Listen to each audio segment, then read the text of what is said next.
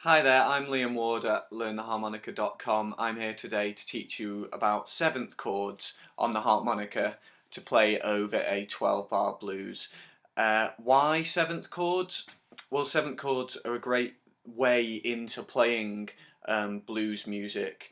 They're a good way into soloing over blues. They're a good way to learn more of a practical sense of where you are in a 12-bar blues. So they're a really good thing to learn. There's not much theory to it, and it's really more a practical thing. So we're going to get you playing on this and learning your way around. I am assuming that you, as a harmonica player, understand the very basics of what a 12-bar blues is. So how a 12-bar blues moves between the 1, the 4 and the 5 chords.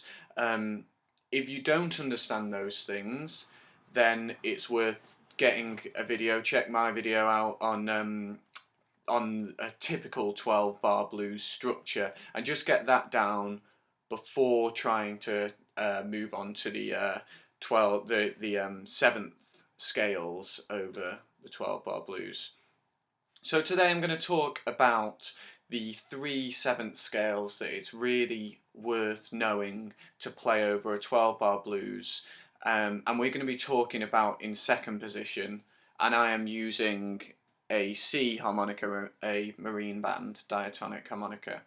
So we're going to be on a C harmonica, but we're going to be playing over, or at least pretending we're playing over, I might use a backing track at some point, a G 12-bar blues. So we'll be in second position.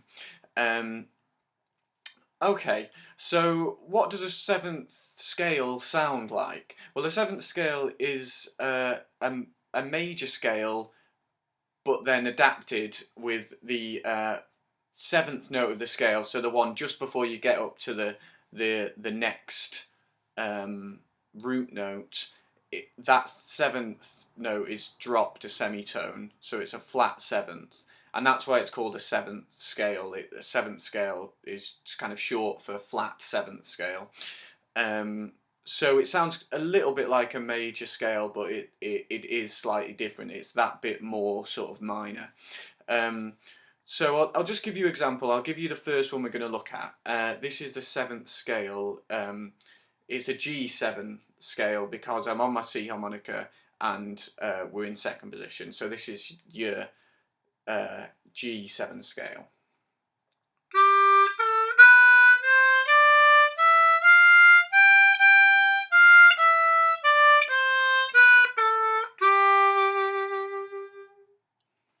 And if I was to just play it, I was kind of adding a rhythm to it there, but if you just want to play it just the notes an even amount of time each.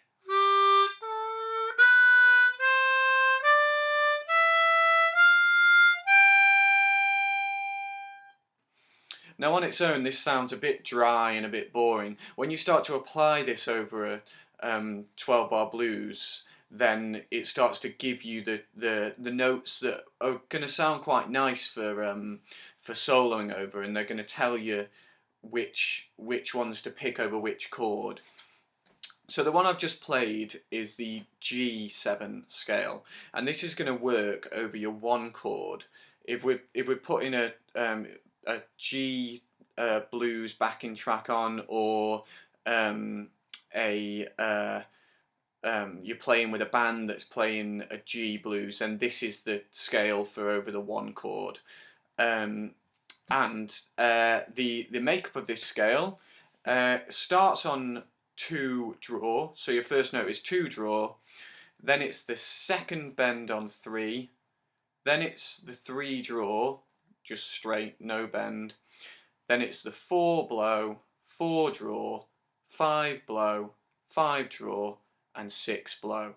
So there's only that bend on the 3 draw, the second bend on the 3 draw, which is a little bit tricky. So you've got to have your bends really sort of, you've got to be able to play the notes melodically, not just sort of bend for effect. You've got to use the note as a note of this scale. So yeah, starting on 2 draw and working your way up that scale, which you should be able to see on the screen.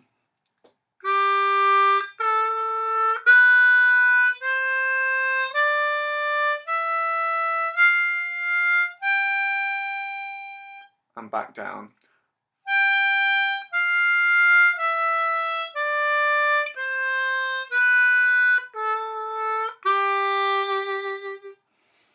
Now what you can do with that, once you've got that, and take your time, take it slowly and try and work it up, is you can put a backing track on, or a metronome even, just for the click, and start to try and play it rhythmically along with a song.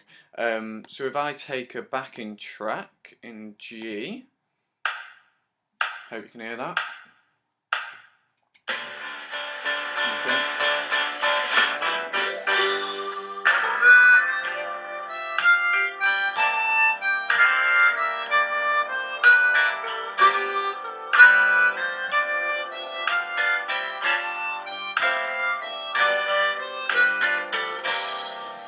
Okay, so I was a bit late coming in then, because I just got that up on YouTube and I've never heard the track before, so it came in right on the beat. So I was a bit late coming in, but you get the point of how to move that scale over that one chord. I stopped the track where I decided to stop it because the chord was about to change, or it was just changing to the 4 chord, and that's where you have to think about playing a different scale. Oh, the only other thing I did then was I actually, when I went up the scale, so 2 draw, 2nd bend on 3, 3 draw, 4 blow, 4 draw, 5 blow, 5 draw, 6 blow, I actually added 6 draw after that, which would be the next note of the scale. So I went,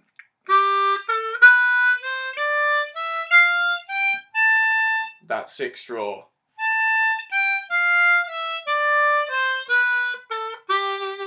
It's just it's a choice that you can make. You can add the next note on this scale if you can work out which one it is before you come back down, or you can just play that top note twice. You can go,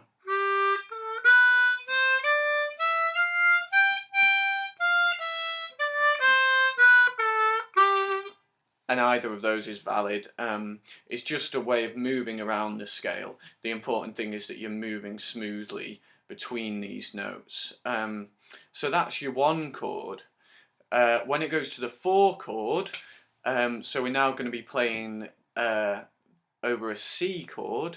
We want to play the C7 scale, and there's another bend involved in this, or there's 2 more bends involved in this, so it is a tricky one.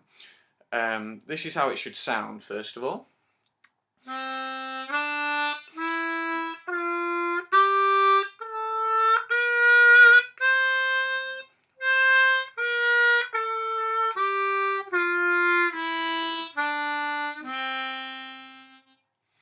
So we're starting on the 1 blow, then it's the 1 draw, the 2 blow, the 2 draw, the 2nd bend, and then it's up to 2 draw, just the natural notes without a bend.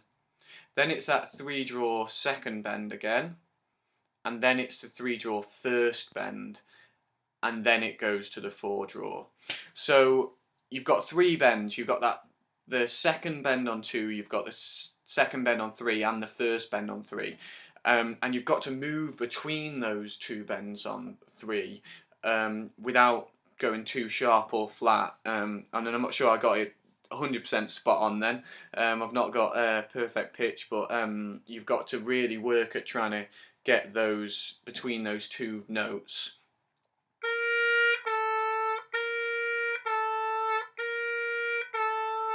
That's the 1st and the 2nd bend on 3. You might have to isolate those in your practice. So really work on those to get those spot on when you're practicing your bent notes and when you're practicing this scale.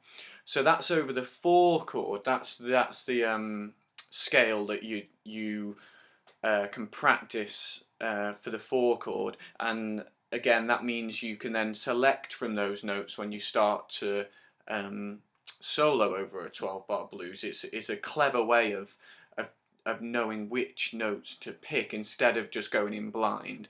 So over the 4 chord, I'll just let this track play a bit of the 1 chord and then onto the 4 chord.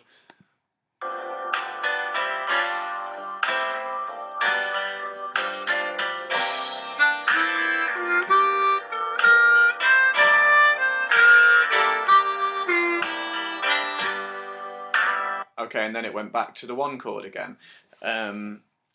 So there's only 2 bars of the 1 chord there, and then you're back to 2 bars of the 4 chord, and then you're back to the 1 chord, which means that you just play that same scale that we played at the start of the lesson. So starting on 2 draw, and then the only other scale that we need for the 12-bar blues is the 7th scale to go over the 5 chord. So in our example where we're playing over a G blues, the 5 chord is going to be a D.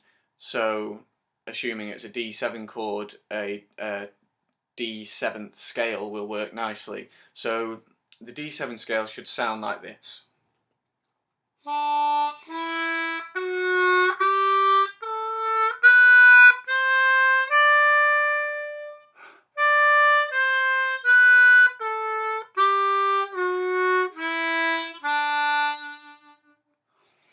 That's your D7 scale going up and then down again.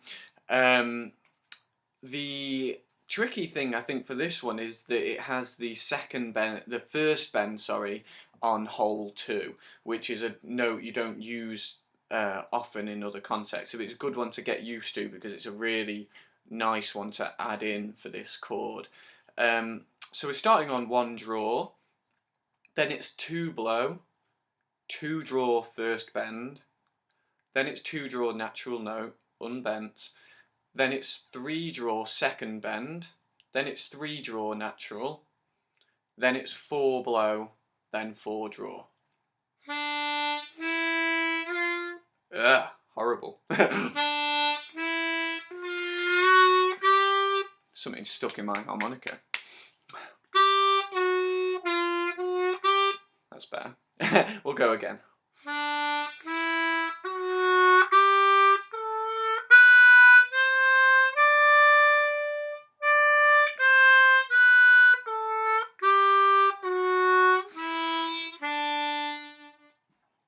So, having all 3 of those, having them written down in front of you and working through those, starting slowly, trying to get used to them, what you can then do is put them all together over a 12-bar blues. I'll have to rush through this just near the end because I'm running a bit out of time, but I'll start the backing track again and go through all of them in one go for you. And if you find a backing track online and have a go at this, or if you've got one on your computer, you should be able to work through these.